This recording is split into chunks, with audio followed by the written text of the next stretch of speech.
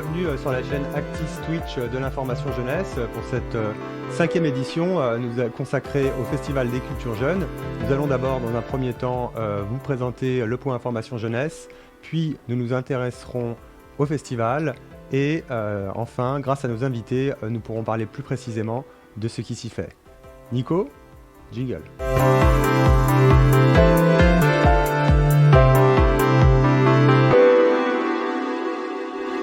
Alors bon, salut, donc moi c'est Julien, je suis informateur jeunesse, j'anime le point information jeunesse Hautefeuille qui est situé 19 bis rue Hautefeuille au métro Odéon.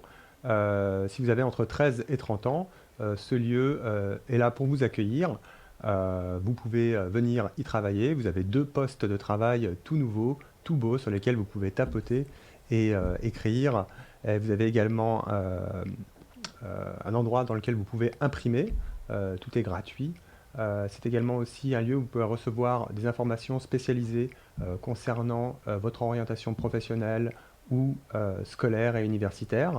Je m'appuie notamment pour cela sur un outil, EJBox, qui est fabriqué par le CIDJ et son équipe de documentalistes et de journalistes qui mettent à jour donc cet outil très fiable et qui peut me permettre de vous renseigner.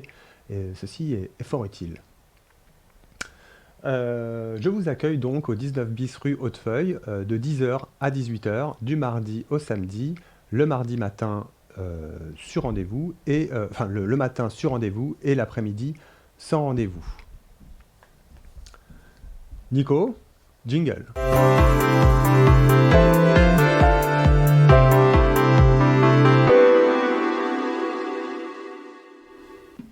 Alors, cette émission du Festival des Cultures Jeunes, que vous pouvez d'ailleurs retrouver, cette émission, notre chaîne de l'information jeunesse, Actis, que nous diffusons sur Twitch, vous pouvez retrouver les précédents enregistrements sur notre chaîne YouTube, ainsi que sur la chaîne Actis Twitch, où vous pouvez retrouver les meilleurs moments. Le principe de cette émission est de réunir des jeunes et des professionnels de la jeunesse autour de problématiques qui vous concernent, vous les jeunes. Étant donné que ce mois-ci, nous organisons le Festival des Cultures Jeunes, eh bien, c'était bien normal de consacrer cette émission au Festival des Cultures Jeunes. Alors, qu'est-ce que le Festival des Cultures Jeunes? Le Festival des Cultures Jeunes se déroule pour la 3e édition sur le 6e arrondissement. C'est un projet impulsé par le Centre Paris Anime Richard Wright, qui a, avec le soutien évidemment de la mairie de Paris, de la mairie du 6e arrondissement, qui a pour but d'impulser donc une dynamique partenariale de territoire pour mettre en valeur le talent des jeunes, artistiques, créatifs, de leur permettre d'avoir une première expérience de la scène, de la rencontre avec les publics, et également de mettre en valeur le territoire, l'arrondissement. Ce projet est donc en partenariat cette année avec l'école alsacienne et le conservatoire du 6e arrondissement Jean-Philippe Rameau. L'idée est également évidemment de croiser aussi les publics de ces différentes institutions et de leur permettre autour de projets de pouvoir se rencontrer.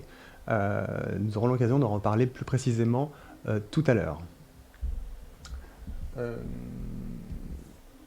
Oui, et d'ailleurs, pour parler d'ailleurs même plus précisément de ce festival et donc du programme de ce festival, plusieurs temps forts. Le festival a donc commencé ce lundi 21 mars avec Barouf, Opéra Barouf au musée, qui est un projet donc initié par l'école alsacienne en partenariat, enfin une classe de CM2 de l'école alsacienne en partenariat avec une classe de CM1, CM2 de l'école Maurice Rouvier dans le 14e.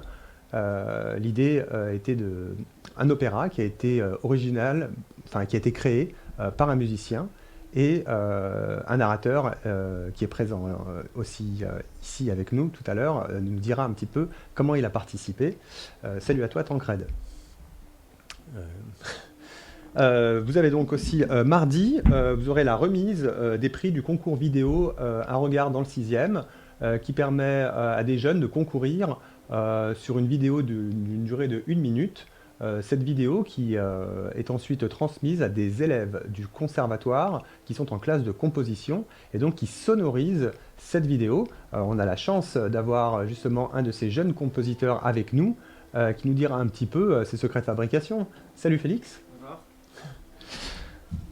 Le jeudi 24 mars, vous aurez au Centre Paris Anime Richard White une série de plusieurs concerts qui réunit le public des 3 partenaires, enfin de nos 3 institutions, un concert de guitare et des concerts de musique de chambre.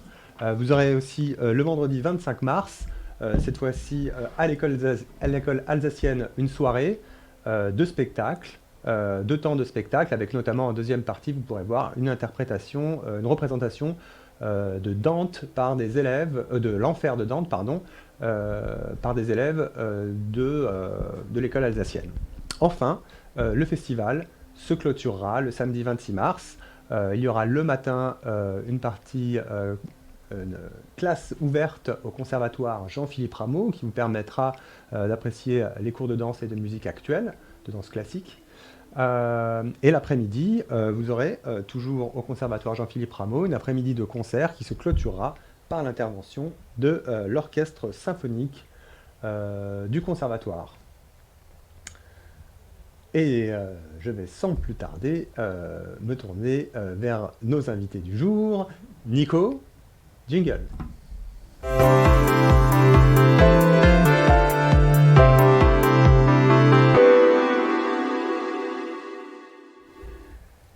Alors, j'ai la chance de recevoir sur ce plateau de radio, et d'ailleurs je ne l'ai pas encore remercié, mais il faut savoir que ce plateau de radio est aussi possible grâce à notre partenaire qui nous suit fidèlement, techniquement et sympathiquement. Salut à toi Nicolas. Salut. On te voit presque, mais on t'entend toujours. On a vu mon pouce. On t'a vu ton pouce, c'est super. Merci Nicolas. Pas de rien.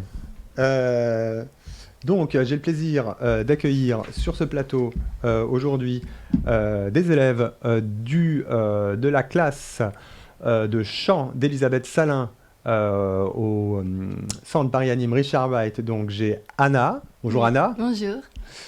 Et Irène. Bonjour. Bonjour Irène. Je fais d'abord un premier tour de table et après je vous redonnerai la parole parce que je sais que vous devez vite partir étant donné que votre concert est dans 40 minutes. Une demi-heure. Ok. J'ai également présente à mes côtés Swad, une élève de l'atelier d'impro de Marianne, donc au Centre Paris Anime Richard White, et qui participe donc à un cabaret samedi après-midi au conservatoire. Bonjour Swad. Bonjour. J'ai également à mes côtés le plaisir de recevoir une professionnelle en la personne d'Aline Lemoulec, qui est conseillère des études au conservatoire. Bonjour Aline. Bonjour. Nous parlerons ensemble évidemment de l'organisation de ce festival, comment il se passe, quelles sont les satisfactions et peut-être les perspectives aussi avec toi. Nous avons également un élève, donc comme je l'ai dit tout à l'heure, en classe de composition au conservatoire Jean-Philippe Rameau, c'est Félix. Bonjour Félix. Bonjour. Tu nous expliqueras aussi tous tes secrets de fabrication, je l'espère. Bien sûr, bien sûr. Et enfin, j'ai également le plaisir d'accueillir sur ce plateau Tancred, le narrateur de l'opéra Barouf. Bonjour Tancred. Bonjour Julien. Tu nous expliqueras aussi, tu me parleras de ta passion du théâtre et de ton implication dans le projet de Barouf. Avec plaisir. Super. Je vais tout d'abord m'adresser à nos 2 chanteuses du jour. Irène. Bonjour Irène. Bonjour Julien. Alors, ça fait combien de temps que tu fais du chant ? Moi, ça va faire 5 ans, là, ici, dans le Centre Paris Anime Richard White. 5 ans. J'ai pris connaissance de ce cours par hasard, en fait, en passant devant le centre. Oui. Et j'ai eu en écho, en fait, les conseils de ma famille qui m'ont toujours poussé à évoluer, en fait, dans le domaine du chant. Ouais. Toujours comme un loisir, mais ça m'a un petit peu poussée quand même. Qu'est-ce que ça t'apporte de faire du chant ? Pour moi, c'est une libération. Les groupes qui se forment en fait, au fil des années, depuis 5 ans, sont à la fois différents et on retrouve toujours des affinités. Et du coup, c'est un peu comme ma deuxième famille. Voilà. C'est quoi ton répertoire de chant ? Qu'est-ce que tu chantes ? Qu'est-ce que tu aimes chanter ? Alors ça va être assez varié. Donc moi là je suis à 3 représentations devant un public. La première année j'ai chanté Plain White Tees et Der Delala. La deuxième année, c'était On de Joyce Jonathan, où c'est assez différent. Et j'ai chanté aussi Listen to Your Heart de DHT, donc assez varié. Là, je m'apprête, si on a la chance de pouvoir faire un concert en fin d'année, Natacha Saint-Pierre. Et là, ce soir, je fais un duo avec Juliette. Et c'est Ellie King, X's and O's. Est-ce que tu conseillerais à des jeunes de faire du chant et pourquoi ? Oui, absolument, tout à fait. Et surtout ici avec Elisabeth. Qu'est-ce que ça peut leur apporter de faire du chant ? Faire des rencontres, découvrir plein de variétés de chansons, enrichir son répertoire aussi de chansons, de connaissances. Voilà. C'est une bonne prof, Elisabeth. Ah oui, excellente. On ne trouve pas meilleure, je pense. Ok. Merci. Et est-ce que tu peux nous parler de ton implication donc du coup dans ce festival ? C'est la première fois que tu y participes ? Ça va être la deuxième fois. La première fois, c'était il y a 2 ans, du coup. Et j'avais également fait un duo aussi avec Juliette. Donc ça a demandé des répétitions pendant 1 mois, tous les lundis. Et je suis très contente d'y participer ce soir. Là, tu vas chanter dans 30 minutes. Tu es dans quel état ? Assez angoissée, mais en même temps, c'est de l'adrénaline et c'est du bon stress. Merci Irène. Je vais m'adresser maintenant à Anna. Oui. Bonjour Anna. Bonjour Julien. Alors Anna, est-ce que tu peux nous dire, toi tu es chanteuse, instrumentiste ? Tu es chanteuse ? Oui, je suis chanteuse et je joue de la guitare et du piano aussi. D'accord. Et ça fait combien de temps que tu fais... D'ailleurs, qu'est-ce qui a été premier chez toi ? C'est l'instrument ou le chant ? En fait, j'ai commencé surtout par l'écriture parce que j'adore écrire des chansons. Et après, donc, j'ai voulu du coup interpréter mes chansons. Et donc, je me suis inscrite pour prendre des cours de chant, tout d'abord, pour chanter mes chansons. Et après, j'ai voulu m'accompagner. Donc, j'ai joué comme ça de la guitare et après du piano. Et j'ai toujours été attirée par la musique, par le fait d'écrire, voilà. Mais après, j'ai jamais forcément... Enfin, j'ai toujours chanté pour moi. Je me suis jamais forcément confrontée au public. Mais je me suis dit, du coup, en m'inscrivant à ce festival, que ça pouvait justement être une opportunité pour voilà, chanter mes chansons et aller à la rencontre aussi du public. Et comme elle a dit Irène, rencontrer des gens, voilà. Du coup, ce sera ta première expérience, ta première rencontre avec le public ? Non, parce que j'ai déjà fait quelques bars-concerts, mais en tant que festival, c'est ma première fois, oui. Et qu'est-ce que ça t'apporte, toi, de chanter ? Moi, ça m'apporte surtout de la confiance, parce que je suis quelqu'un d'assez réservé et j'aime bien surtout écrire, donc j'écris surtout pour moi. Donc mes chansons sont assez personnelles, mais le fait justement de pouvoir les sortir du texte et chanter mes chansons, c'est une partie de moi et du coup j'ai l'impression aussi de montrer une sorte de moi que j'ai pas forcément l'habitude de montrer à qui que ce soit. C'est un peu comme mon journal intime et ça me permet aussi justement d'avoir un peu plus confiance en moi et ouais, je pense que c'est surtout la confiance pour moi. C'est un lieu particulier, la scène, alors ? Oui. Et comment, du coup, es-tu venue à t'impliquer dans ce festival ? En fait, j'ai vu l'annonce sur les réseaux sociaux qui cherchait justement, enfin, qu'il y avait un stage pour des cours de chant. Et avec le confinement, du coup, bah voilà, j'ai pas pu, comme tout le monde, sortir. Et justement, je me suis dit, bah pourquoi pas sortir de ma zone de confort et partir à la rencontre, voilà, d'un public et aussi faire la rencontre, voilà, auprès de jeunes comme moi.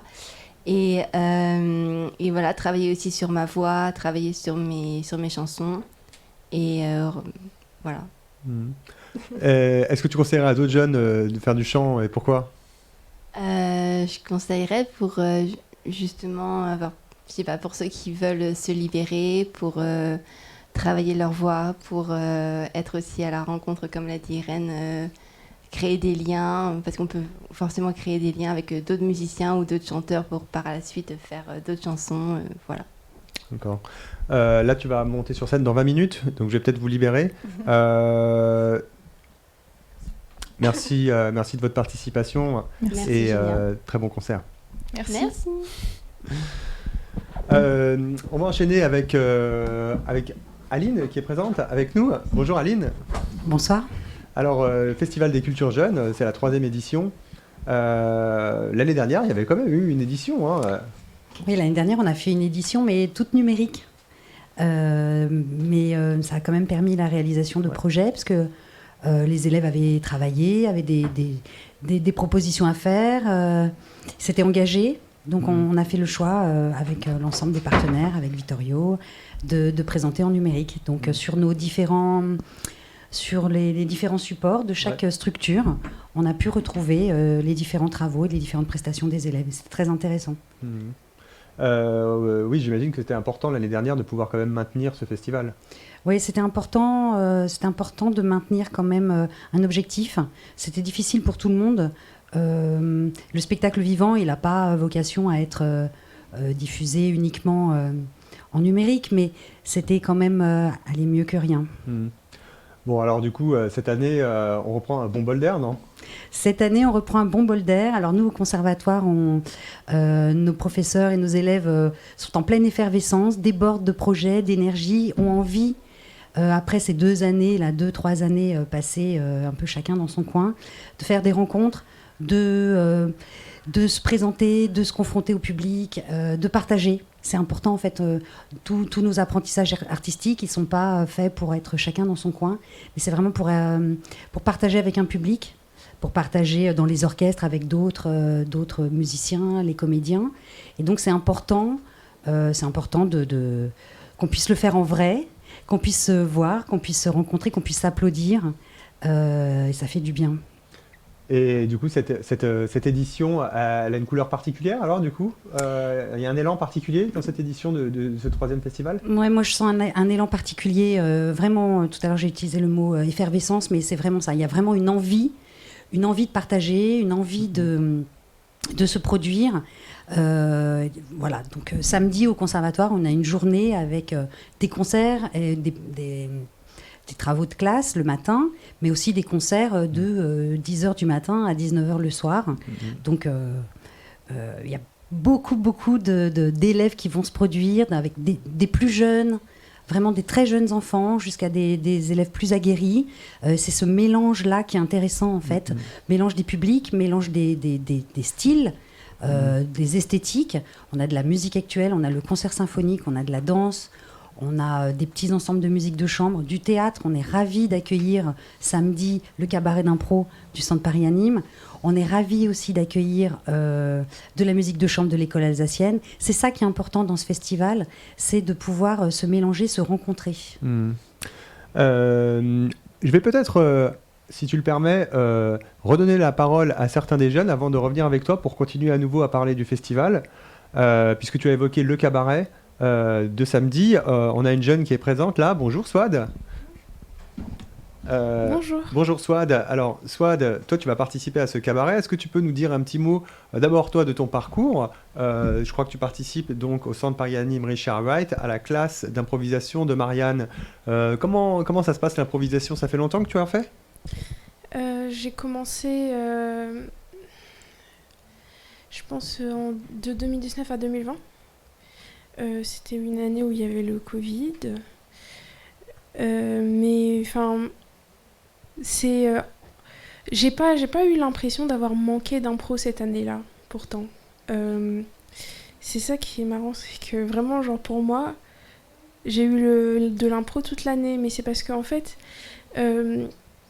quand j'ai commencé l'impro, j'ai commencé en étant une personne très timide, très anxieuse, et je savais pas trop qui j'étais ou qu'est-ce que j'avais. Je savais juste que j'étais pas à l'aise socialement, etc.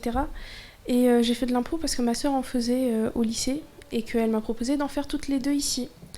Et en fait, elle n'est pas venue. Mais du coup, moi, je suis venue et je pensais qu'elle allait venir un moment, mais finalement, elle n'est pas venue du tout.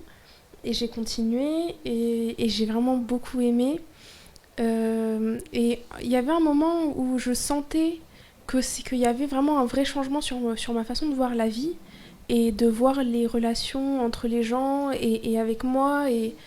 Je sentais en fait que j'étais juste plus à l'aise en fait et qu'il y avait vraiment une un poids qui s'est soulevé de mes interactions sur mes interactions sociales et sur mes inquiétudes. Et après, j'ai rencontré une fille qui a eu le même déclic que moi grâce à l'impro, qui a été conseillée par sa thérapeute. Et après, on a fondé une association pour les personnes timides et anxieuses. Du coup, sur la base de faire de l'impro, mais après, en fonction de leurs besoins, parce qu'en fait, on est très différents dans l'association. Il y a des personnes qui sont en dépression forte, des envies de suicide, etc. Et aussi des personnes juste timides. Moi, par exemple, j'étais dans une situation où je me disais pas juste timide, parce que j'avais aussi d'autres problèmes. Et du coup, on leur propose les thérapeutes, en tout cas, qu'on conseillerait. Enfin voilà, c'est quelque chose de libre où on peut conseiller le thérapeute qui convient ou le psychologue et tout. Et on les incite à aller voir des professionnels, mais aussi on les incite à faire de l'impro. Et moi, j'anime dans l'association un atelier d'écriture, parce que l'écriture m'a aussi aidée. Mais vraiment, l'impro, c'est quelque chose que je conseille beaucoup plus que tout. Parce que dans les activités que j'ai pu faire jusqu'à petite, j'ai fait du karaté, de la danse, j'ai fait du chant. L'impro, le truc, c'est qu'on ne peut pas se tromper. Et même si on se trompe, on a raison, en fait. Du coup, à la fin, on a juste envie de participer. Et quand on est quelqu'un d'anxieux, on se braque vite, en fait, et on se dit, en fait, on est dans une boucle de perfectionnisme qui est déplacée envers nous-mêmes et qui nous empêche de nous amuser. Et quand on fait de l'impro, il n'y a pas ça. C'est vraiment, tu dis une connerie, t'as raison. Tu dis quelque chose de bien, t'as raison aussi. Et du coup, tu commences à avoir envie de participer, apprécier ta présence et du coup, à t'amuser, en fait. Et aussi, il y a des choses en impro qui permettent aussi d'avoir des petits réflexes quand on est dans un groupe en général. Sur certaines inquiétudes qu'on pourrait avoir quand on est dans un groupe, de ne pas se sentir impliqué, etc. En impro, j'ai pas tout de suite un exemple là, mais il y a des choses qui font que on n'a plus cette peur, en fait, juste. Par exemple, de ne pas savoir quoi dire aussi dans un groupe, ça c'est une peur que beaucoup de gens ont. Et qu'en impro, on n'a plus, en fait. On se dit qu'on est aussi légitime que les autres à être dans le groupe et que peut-être que les autres n'ont rien à dire et que c'est pas grave. Enfin, je sais pas comment dire. Mm-hmm. Enfin, l'impro, ça a été vraiment très, très important pour moi dans ma vie. Et... Comment s'appelle ton association ? Ça s'appelle À Petits Pas. Voilà. Et... merci pour ton magnifique témoignage. Est-ce que tu peux nous dire également, du coup, comment tu as été amené à participer à ce festival et qu'est-ce que vous allez présenter lors de ce cabaret qui va se dérouler donc le samedi... non, est-ce que je dis pas n'importe quoi ? Si, c'est ça. Hein. C'est le samedi... oui, c'est ça. C'est le samedi 26 mars au Conservatoire Jean-Philippe Rameau à 14h30. On a fait quelques séances de répétition. Donc moi, ce que j'ai compris, c'est que on allait présenter plusieurs catégories d'impro, un carré, enfin voilà, il y a des catégories comme Diaporama, je crois, ou un carré hollandais, voilà, carré hollandais. Un carré hollandais. Et j'ai pas tout retenu. D'accord. Et du coup, t'as une appréhension particulière ? T'as déjà joué devant du public ? Je pense que je suis pas encore consciente de l'angoisse que je pourrais avoir sur le moment. En plus, j'ai invité vraiment beaucoup de gens parce qu'on m'a dit qu'il n'y avait pas vraiment de public, forcément. Il n'y aurait pas de public, donc voilà. Ben, merci beaucoup, Irène, pour ton témoignage. Tu restes avec nous jusqu'à la fin de l'émission et tu interviens quand tu veux. C'est Swad. Pardon, c'est Swad, pardon. Excuse-moi, parce que j'étais... Pardon, Swad. Merci, Swad. Évidemment, tu interviens quand tu veux et tu restes avec nous si ça te fait plaisir. Oui. Super. Je vais me tourner maintenant vers un autre jeune. On parlait du conservatoire Jean-Philippe Rameau. Ici, on a un jeune qui participe à la classe de composition. Bonjour Félix. Bonjour. Alors Félix, tu es en classe de composition. Est-ce que tu es également instrumentiste ? Oui, je joue du piano depuis que j'ai 4 ans et c'est vrai que jouer du piano, ça m'a un peu aidé. Puisque grâce au piano, j'ai pu savoir ce que les autres compositeurs faisaient, comment ils écrivaient les musiques, etc. Du coup, ça m'a aidé de faire du piano. Et du coup, je joue du piano. Ouais. Et là, tu as quel âge ? 14 ans. Et tu es rentré en classe de composition à quel âge ?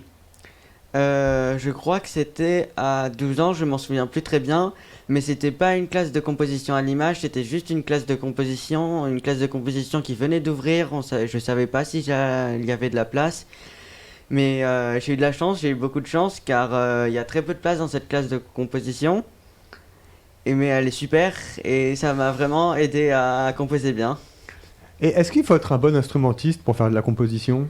Alors ça aide mais pas du tout, il y a plein de compositeurs qui ne jouent pas très très bien du piano ou du violon ou rien du tout, mais qui arrivent quand même à faire une très bonne musique car ils ont une bonne oreille musicale ou même ils savent bien assembler des sons.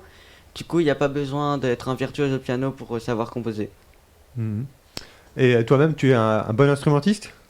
Enfin ça fait un peu de temps que je joue donc oui je suis pas nul quoi. Ça va. Qu'est-ce que ça t'apporte la composition par rapport à justement l'instrument ? De la joie, de la fierté, je suis très content parce que à chaque fois que j'entends ce que ça donne à la fin, je me dis waouh, c'est pas mal quand même. Et c'est sympathique de voir l'évolution à chaque fois, chaque semaine ça change. Du coup, c'est sympathique de voir où c'est parti, où c'est fini. Et oui, ça me rend heureux.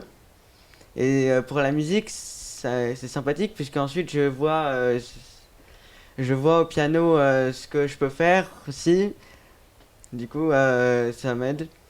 Est-ce que tu envisages même peut-être une projection professionnelle dans le domaine de la musique ou de la composition ? J'adorerais, j'adore faire ça. J'écoute ou je joue de la musique toute la journée. Du coup, si je pouvais en faire mon métier, pas mal. Que ce soit dans la composition, que ce soit dans le piano, moi j'aimerais bien continuer dans la musique quoi. C'est tout ce qu'on te souhaite hein, évidemment. Est-ce que tu peux nous parler un petit peu maintenant plus spécifiquement du Festival des Cultures Jeunes ? Je sais que tout à l'heure va avoir lieu la remise des prix du concours vidéo Un jeune sur le quartier, un regard sur le quartier. Donc c'est un concours vidéo qui récompense les lauréats, qui propose 1 minute d'un film sur le 6e arrondissement, qui met en valeur l'arrondissement, et donc que ces films donc, après vous sont transmis. Et donc tu as donc composé la musique d'un film. Oui. C'était la première fois ? Oui, c'était la première fois. Les autres années, on m'avait présenté les films, mais je n'avais pas du tout le temps de composer une musique, j'avais plein de trucs. Du coup, c'est la première fois. Et c'est difficile de composer alors une musique de film ? Alors, au début, ça peut sembler difficile, mais c'est pas si dur que ça. Faut juste s'investir. Faut aussi un peu de patience parce que ça peut pas sonner super bien du premier coup. Il faut attendre. Voilà. Et c'est aussi pas super facile puisque c'est des films de 1 minute. Du coup, il faut mettre beaucoup d'éléments en 1 minute. Et du coup, il faut bien compresser tout pour pas que ça sonne comme si c'était une musique de 20 minutes qu'on avait juste coupée.